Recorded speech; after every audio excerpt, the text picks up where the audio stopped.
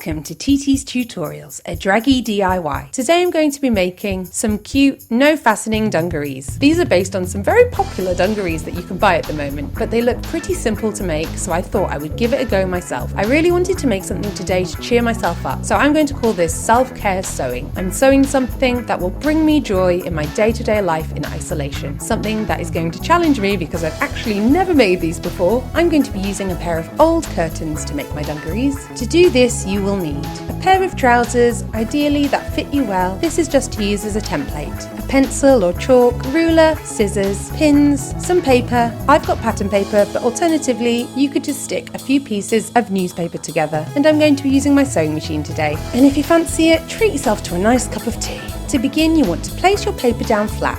I'm going to make the pattern by drawing out a simple trouser pattern and then adding the bib section separately. These are a pair of high-waisted jeans that fit me pretty well. So to start making my pattern, I just lie them down flatly on my paper. I place them facing upwards and flatten them out as much as possible. You want to really concentrate on making sure that the crotch area of your jeans is sitting flatly on the paper. I'm only going to make a pattern for one side of my dungarees because when I cut the pieces out, I will cut them out with the fabric doubled in half. So I begin tracing around the outside of my jeans, making sure I follow the shape carefully. When I get to the crotch area, I again make sure that I'm folding my jeans so they're sitting as flatly to the paper as possible and follow the curve of the jeans as much as I can. When I've loosely drawn around the outside of the front of my jeans, I then turn my jeans over and again trace around the back. The gusset on the back of your jeans will be slightly longer than the front, so again make sure that you're pulling the jeans as flatly towards the paper as you can and follow the curve as closely as possible.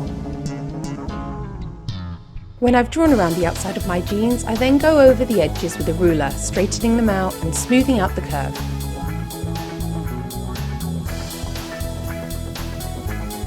I then cut it out, giving myself a little bit of extra room around the pattern. I'm going to be making the majority of my dungarees out of 4 pieces, 2 of the front and 2 of the back. When I've cut out my pieces, I then hold it up to my body, just to make sure that it's looking like it's going to be the right shape. I'm going to work out how high I want the bib of my dungarees to be. So I measure from the waist of my trouser pattern up to the approximate height of where I want the bib. This is so I know how long I need to extend the pattern piece. When I've worked out how high I want my bib to be, I'm then going to add an extra piece of paper, the approximate height.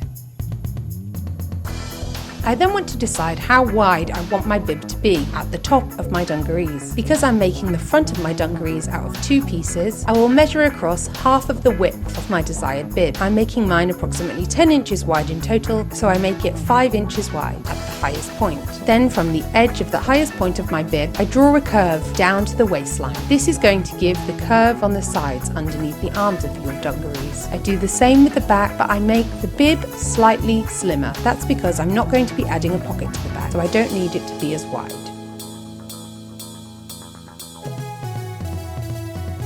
Now I've made the basic pattern for my dungarees, I fold my desired fabric in half, laying it as flatly as possible, and I pin my pattern to the fabric so it doesn't slip. This is just to make sure that both pieces of your pattern are the same and that your pattern paper doesn't slip while you're cutting it out.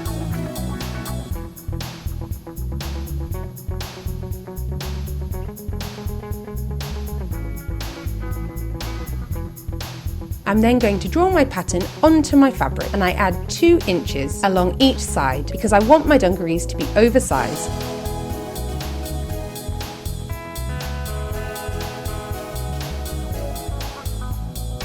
When I've drawn my pattern onto my fabric, I then begin cutting it out. Having your fabric pinned together makes it much easier when you're cutting out your pattern pieces.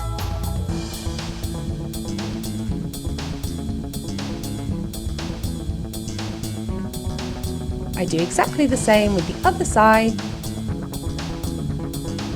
And that's the majority of my pattern made. I'm then going to begin pinning my pieces together. The easiest way to do this is to pin down the front seam of your 2 pieces of fabric that you've cut out together. Pinning down from the middle of the front of the bib down to the crotch. That's the front seam, and I do the same on the back, down the back seam. The 2 pieces that I've cut out together are going to make up the front and the back of my dungarees. When I've pinned down the centre front and centre back seam, I then place my pieces on top of each other with the pattern facing inwards, almost like your dungarees are inside out. I'm then going to pin my side seams together. So I just pin from the bottom of the legs up past the waist to the curve of where my bib starts.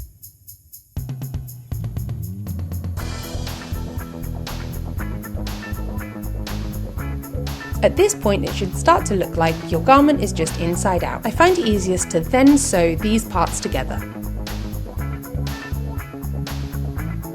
So I sew the outside seams and down the centre front and centre back seam of my dungarees.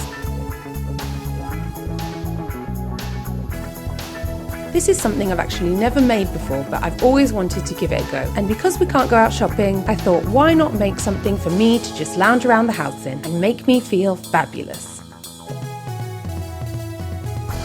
After this, it's time to pin the inside legs. I find it easiest to start at the crotch and work my way down each leg individually, just to make sure that the back seam and the front seam meet up perfectly at the crotch.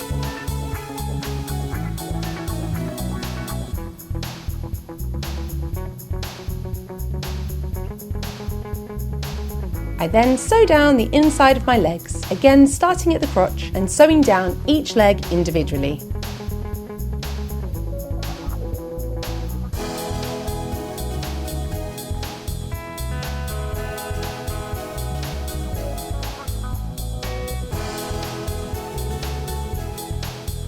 When I've sewed the inside of my leg seams together, I'm then going to start hemming my bib. To do this, I fold over approximately 1 inch down all the sides of my bib.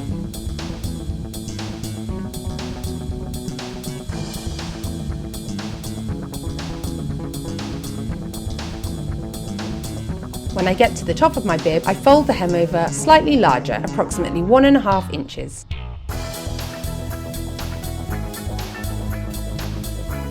After I've pinned them in place, I then press them with the iron, just to make sure that they're lying nice and flat, so that when I sew them, they look really crisp.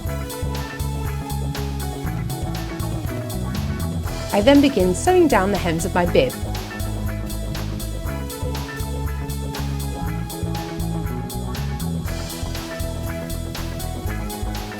After I've sewn the majority of my dungarees, I then pop them on just to make sure that they fit and that they're not too big. I'm actually going to attempt something I've never done before. I'm going to put a pocket on the outside of my bib and also at the hips. I've never made pockets before, so I don't know if this is a professional way to make them, but I'm going to give it a go anyway. I used an A4 piece of paper as the beginning of my pattern, and I cut it down until I'm happy with the size of my pocket. I think mine was approximately 10 inches wide, with an added extra inch on every side for the hem. I fold over the hems of my pocket and I pressed it with an iron, again to make sure that the edges are nice and crisp. I'm then going to sew over the hem on the top of the pocket, because this is not going to be sewn down onto my dungarees. I actually gave it 2 rows of stitches just to make it look a bit more professional. To place the pocket on the front of my bib, I found the centre seam and measured down approximately 2 inches. I used my ruler as a guide to try and get my pocket as straight as possible. I measured 2 inches from the corners of my pockets up to the top of my bib, just to make sure that the pocket was straight, and then I pinned it in place.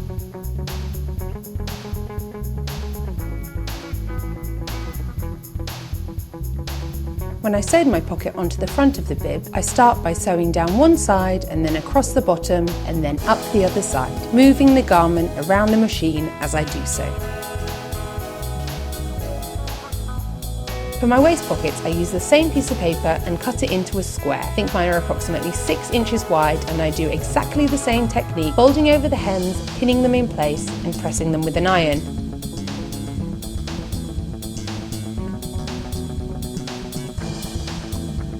Again, I sew down the tops of the hems on my pockets, because this is the area where you're going to put your hand in, and it's not going to be sewn down onto the dungarees themselves. Now, I've actually never put pockets on the outside of a garment before, so I wasn't exactly sure how you place them on, and I'm pretty sure you're meant to sew them onto the garment before you sew the garment together, but you live and learn.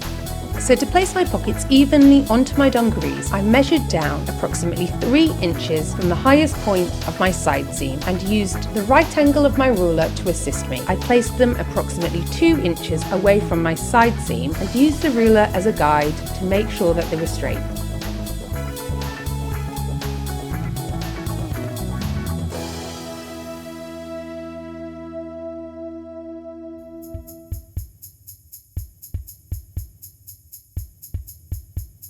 I did exactly the same on the other side. I actually didn't know if this was even going to work and they were going to be even, but they came out great. So I'm just going to tell you exactly what I did.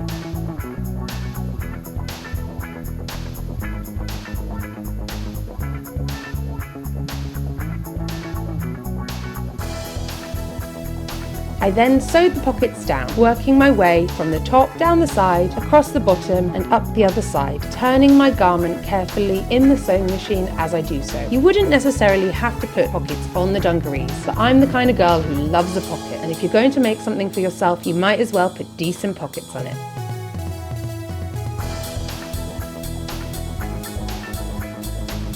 To make the straps for my dungarees, I used the hem that was already on the curtain because it was approximately the exact width that I wanted my straps to be. So I cut down the hem and unpicked the stitch.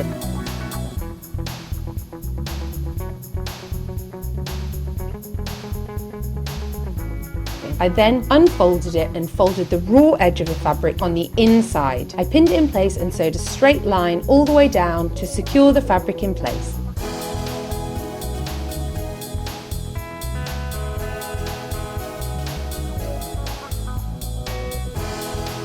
I also turned over the ends of the straps into itself and sewed them down as well so that there's no raw edges showing.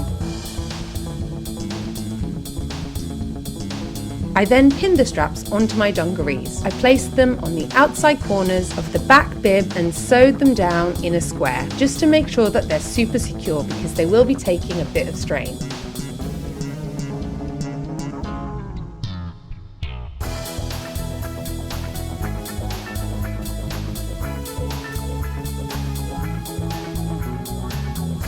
To make the loops for the front of my bib to tie my straps to, I cut out 2 rectangular pieces, approximately 2 inches wide and 5 inches long. I folded them over with the print on the inside and sewed down the length of the rectangles. And turn them back the right way round, which is a bit of a faff. I'm going to fold these over and create loops on the front of my bib. I probably should have sewn the loops on the front of my bib before I hemmed it, but you live and learn, so I'm just going to hand stitch mine on.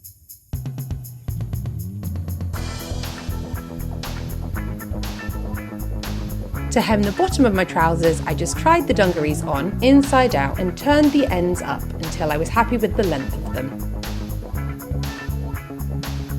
I pinned it in place and then sewed along this hem.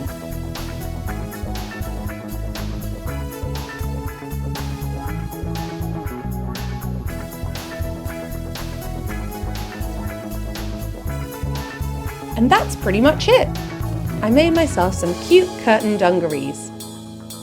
Isolation can be pretty heavy, and I myself have found the past week slightly difficult, so I found it really good to sew something that was just for me. But I'm really happy that I spent my time creating something that cheered me up and also challenged me. And I really encourage you to do the same. Create something that brings you joy. Thank you so much for watching. Please keep posted and let me know how you're doing. If there's anything else you would like to see in the future, please do let me know.